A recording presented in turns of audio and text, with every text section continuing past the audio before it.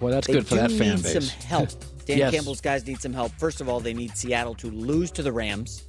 And that game earlier, Rams-Seahawks a few weeks back, was very close. Where's the game this week? Do we know where the game is? It's in Seattle. All right. I don't know that it matters. They just lost a linebacker for the season, Jordan Brooks, to an ACL. But, if Detroit does lose, if Seattle loses, Detroit has a chance to win and in. You just have to beat the Packers at Lambeau. Sunday Night Football, expected temperatures, high teens, low 20s. That feels Jared Goff splits. Cold weather, road, all the splits. He's not good under 30 degrees. He's not good on the road, and this is the coldest place. And anytime I put that on social media, Lions fans are quick to remind me that Jared Goff has played well in outdoor games this season. None will be the Arctic blast that he's going to be facing at Lambeau.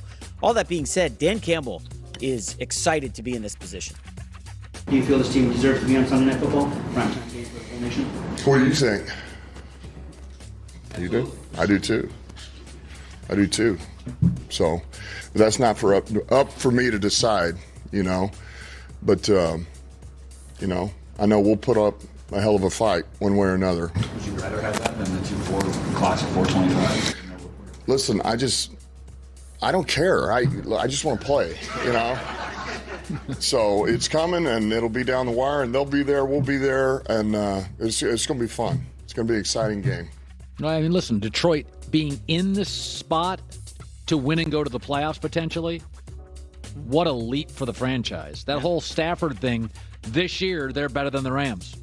Oh, by far. Yeah. So, I mean, it looked like at the time the Rams made off with Stafford, but they gave up some first-round picks. Yeah. I think, if I could be wrong, I think the Lions have 2 first and 2 second. And they've shown a real ability the last couple of years to draft. So they're going to have 4 potential starters in the draft if they hit on them.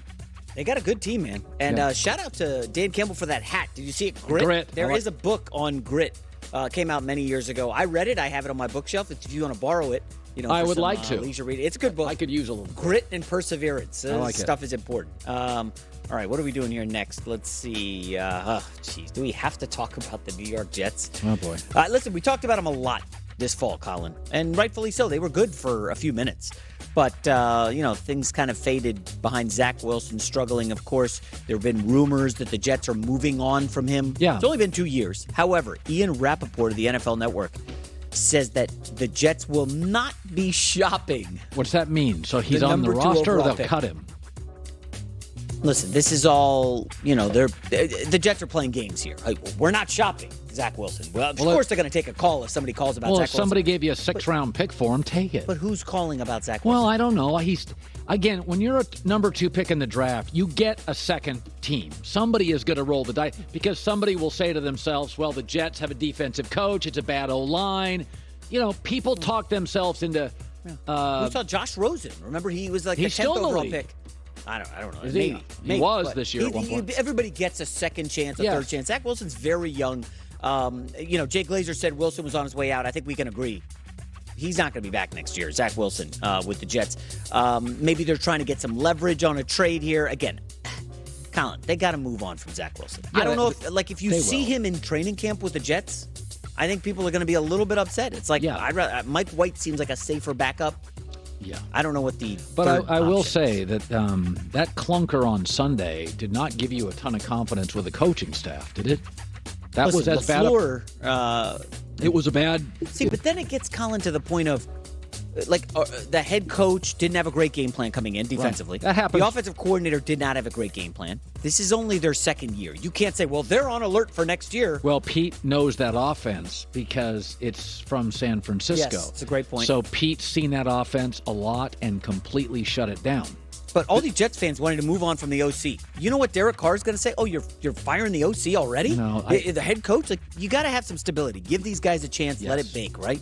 Yeah. Final story, Colin. Over in the NBA, again, this was missed last night. Donovan Mitchell had 71. LeBron had a great performance in a win. But Klay Thompson, 54 points. I didn't see the game. Threes. This game was bananas. Oh, he went crazy on threes. And they won it at the buzzer on a Kevon Looney shot. Clay's best performance, by the way, since he had 60 in 2016. It was his fourth career 50-point game. Yeah. Now, they've been resting, like Wiggins, and Steph's hurt, obviously. So I wonder how many people played last night. Listen, they got to win some games here. They're on a homestand now, and they're playing better. I think they're 17-2 at home. Yeah. But listen, it was nice for Clay to bounce back. Here's what he said after dropping 54. There were some hard days for me when I didn't know this would be possible, and to live it in real time, I'm just going to embrace the heck out of it. Just a big confidence booster individually for myself. And we're almost nearing the halfway point, and it feels great to feel like I'm getting better with every game. And I'll be more consistent as the season goes on. After, 30 games under my belt, I'm feeling just wonderful. I know you're not paying a lot of attention to the NBA. I watch some. I get on the treadmill and I watch a game or two, half a game. If you're looking at the macro view of the league terrible. right now, they're terrible this year, defensively and on the road. I think a lot of that is when you're in the NBA playoffs, you add 23 games or whatever amount of games. That's why Jason Tatum of the Celtics got hurt last year. He was playing so many minutes. So you come into the next year as an old team with a lot of extra games. And what are you going to give up? It's not your jumper, it's your defense. Everybody's gunning for the Warriors. Yeah. Team, And then you had the Draymond, Jordan Poole thing. So on the road, the chemistry was fragile. They're really good. And what they really have the ability to do, they've got more guys that can put the ball in the basket than Milwaukee. And they have more guys that can put the ball in the basket than Boston. I've said this. If Jason Tatum has an off night, you kind of become Jaylen Brown and everything else. This team had... Poole now averages over 20. Steph will come back. Clay scored 54. Wiggins. Yeah. This team has such, and they're so smart. They've played in so many big games. They have such an experience advantage over everybody. Even Boston, that's been in the playoffs. How many finals they've been in? These guys have been around the block. They're not going anywhere, but Colin, if you look at the scores of some of these NBA games, I know there was no defense in college football over the weekend, right? Yeah, I mean, those games were incredible. The NBA right now is playing zero defense. Nobody's even trying. Well, it's some historic. I mean, there was a night recently where 8 guys, I think, scored 40 or more points. Like, it's gotten a little out of hand. Well, it's the most talented the league's ever been. The depth is incredible. Everybody can shoot. Yeah. 7-foot guy. I mean, this kid, this number one pick, 7'4". Have you watched him play? He looks like a wing. He looks like a 6'3" wing, 6'5" wing. That kid's going to be unstopped. He'll score 30 a game as a rookie. It's really incredible, the depth of talent. We got a global game now in the NBA. Back in the 90s with Jordan, there was no global game. There's like 7 international players. Go look at the leading scores in the league. It's like Jokic, Luka. I mean, a lot of international talent. The league is as good as it's ever been. This kid, Victor, Wembanyama. If you watch it, how do you stop that? There's nobody in the league that can stop that. He puts the ball in the day. He looks like Kevin Durant, but 5 inches taller. One of the most fun topics you can have, I had it on my podcast, is how many players would you not trade for the number 1 pick? Oh, I think if you look at the age of like Steph Curry, 34 years old, are you trading him for the number 1 pick? Outside of Steph Curry, I would trade anybody on the roster for that player, for that young player. I mean, almost anyone in the league. There's like a handful of guys. Luka Doncic, you're probably not giving up. That kid's the best. That kid's the best prospect. Luka? No, I'm just saying. I'm not. They're not going to. Right. 7'4".